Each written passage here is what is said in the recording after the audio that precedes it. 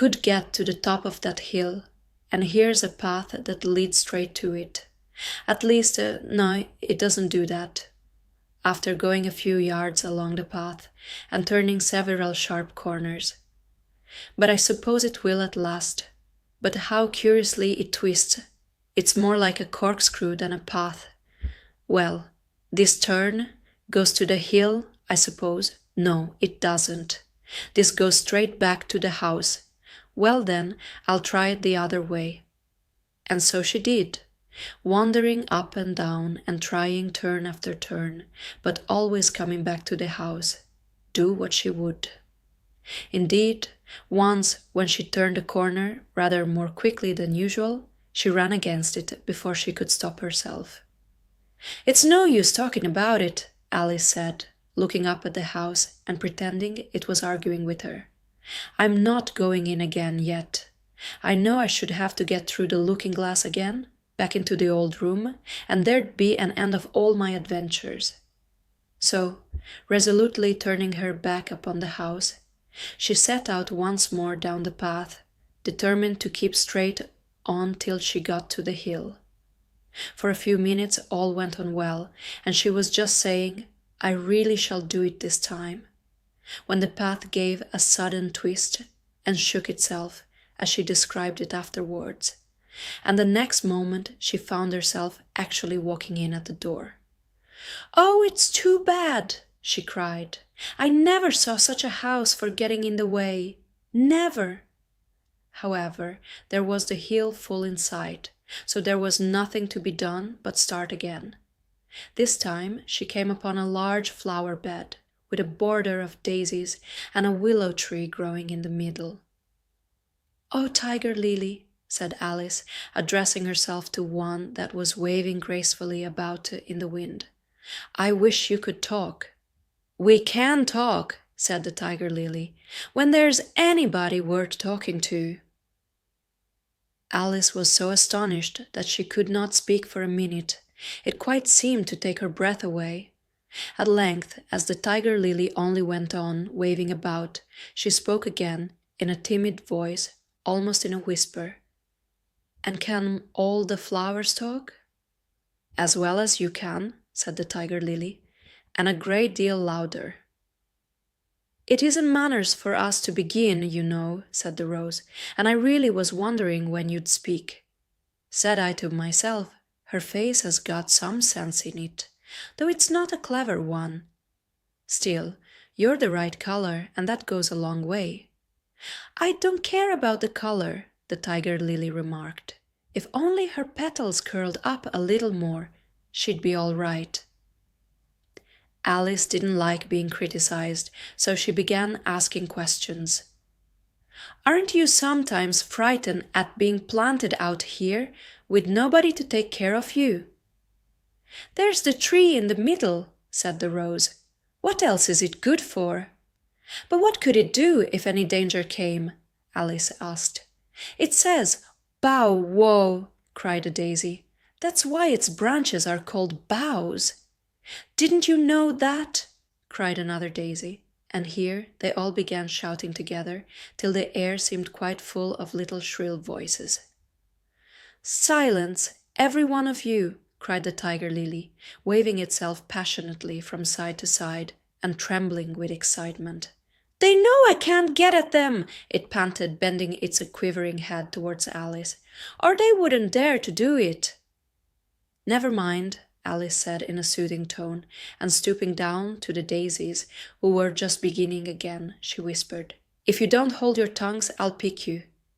There was silence in a moment, and several of the pink daisies turned white. "That's right," said the Tiger Lily. "The daisies are worst of all. When one speaks, they all begin together, and it's enough to make one wither to hear the way they go on." "How is it you can all talk so nicely?" Alice said, hoping to get it into a better temper by a compliment. "I've been in many gardens before, but none of the flowers could talk." "Put your hand down and feel the ground," said the Tiger Lily. "Then you'll know why." Alice did so. "It's very hard," she said, "but I don't see what that has to do with it." In most gardens, the tiger lily said, they make the beds too soft so that the flowers are always asleep.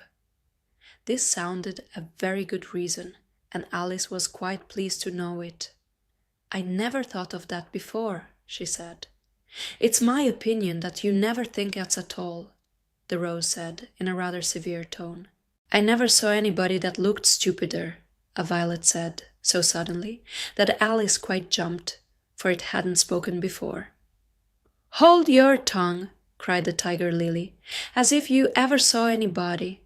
You keep your head under the leaves and snore away there till you know no more what's going on in the world than if you were a bud. Are there any more people in the garden besides me? Alice said, not choosing to notice the rose's last remark. There's one other flower in the garden that can move about like you, said the rose. I wonder how you do it. You're always wondering, said the tiger lily, but she's more bushy than you are. Is she like me? Alice asked eagerly, for the thought crossed her mind. There's another little girl in the garden somewhere. Well, she has the same awkward shape as you, the rose said, but she's redder, and her petals are shorter, I think. Her petals are done up close, almost like a dahlia, the tiger lily interrupted, not tumbled about anyhow like yours. But that's not your fault, the rose added kindly. You're beginning to fade, you know. And then one can't help one's petals getting a little untidy. Alice didn't like this idea at all, so to change the subject, she asked, Does she ever come out here? I dare say you'll see her soon, said the rose. She's one of the thorny kind. Where does she wear the thorns? Alice asked with some curiosity. Way all round her head, of course, the rose replied. I was wondering you hadn't got some too. I thought it was the regular rule. She's coming, cried the larkspur. I hear her footstep, thump, thump, thump, along the gravel walk. Alice looked round eagerly and found that it was the Red Queen. She's grown a good deal, was her first remark. She had indeed. When Alice first found her in the ashes, she had been only 3 inches high, and here she was, half a head taller than Alice herself. It's the fresh air that does it, said the rose. Wonderfully fine air it is out here. I think I'll go and meet her, said Alice, for though the flowers were interesting enough, she felt that it would be far grander to have a talk with a real queen. You can't possibly do that, said the rose. I should advise you to walk the other way. This sounded nonsense to Alice, so she said nothing, but set off at once towards the Red Queen. To her surprise, she lost sight of her in a moment and found herself walking in at the front door again. A little provoked, she drew back, and after looking everywhere for the Queen, whom she spied out at last a long way off, she thought she would try the plan, this time, of walking in the opposite direction. It succeeded beautifully. She had not been walking a minute before she found herself face to face with the Red Queen, and full in sight of the hill she had been so long aiming at. Where do you come from? Said the Red Queen. And where are you going? Look up, speak nicely, and don't twiddle your fingers all the time. Alice attended to all these directions and explained, as well as she could, that she had lost her way. I don't know what you mean by ask ya your way, said the Queen. All the ways about here belong to me. But why did you come out here at all? She added in a kinder tone. Curtsy. While you're thinking what to say, it saves time. Alice wondered a little at this, but she was too much in awe of the Queen to disbelieve it. I'll try it when I go home, she thought to herself, the next time I'm a little late for dinner. It's time for you to answer now, the Queen said, looking at her watch. Open your mouth a little wider when you speak, and always say, Your Majesty. I only wanted to see what the garden was like, Your Majesty. That's right, said the Queen, patting her on the head, which Alice didn't like at all, though when you say garden, I've seen gardens compared with which this would be a wilderness. Alice didn't dare to argue the point, but went on. And I thought I'd try and find my way to the top of that hill. When you say hill, the Queen interrupted, it could show you hills, in comparison with which you'd call that a valley. No, I shouldn't, said Alice, surprised into contradicting her at last. A hill can't be a valley, you know. That would be nonsense. The Red Queen shook her head. You may call it nonsense if you like, she said, but I've heard nonsense, compared with which that would be as sensible as a dictionary. Alice curtsied again, as she was afraid from the Queen's tone that she was a little offended, and they walked on in silence till they got to the top of the little hill. For some minutes Alice stood without speaking, looking out in all directions over the country, and a most curious country it was. There were a number of tiny little brooks running straight across it from side to side, and the ground between was divided up into squares by a number of little green hedges that reached from brook to brook. I declare it's marked out just like a large chessboard, Alice said at last. There ought to be some men moving about somewhere, and so there are, she added in a tone of delight, and her heart began to beat quick with excitement as she went on. It's a great huge game of chess that's being played, all over the world, if this is the world at all, you know. Oh, what fun it is! How I wish I was one of them! I wouldn't mind being a pawn, if only I might join, though of course I should like to be a queen, best. She glanced rather shyly at the real queen as she said this, but her companion only smiled pleasantly and said, That's easily managed. You can be the Why Queen's pawn, if you like, as Lily's too young to play. And you're in the second square to begin with. When you get to the 8th square, you'll be a queen. Just at this moment, somehow or other, they began to run. Alice never could quite make out, in thinking it over afterwards, how it was that they began. All she remembers is that they were running hand in hand, and the Queen went so fast that it was all she could do to keep up with her. And still the Queen kept crying, Faster, faster! But Alice felt she could not go faster, though she had not breath left to say so. The most curious part of the thing was that the trees and the other things round them never changed their places at all. However fast they went, they never seemed to pass anything. I wonder if all the things move along with us, thought poor puzzled Alice. And the Queen seemed to guess her thoughts, for she cried, Faster! Don't try to talk! Not that Alice had any idea of doing that. She felt as if she would never be able to talk again. She was getting so much out of breath, and still the Queen cried, Faster! Faster! And dragged her along. Are we nearly there? Alice managed to pant out at last.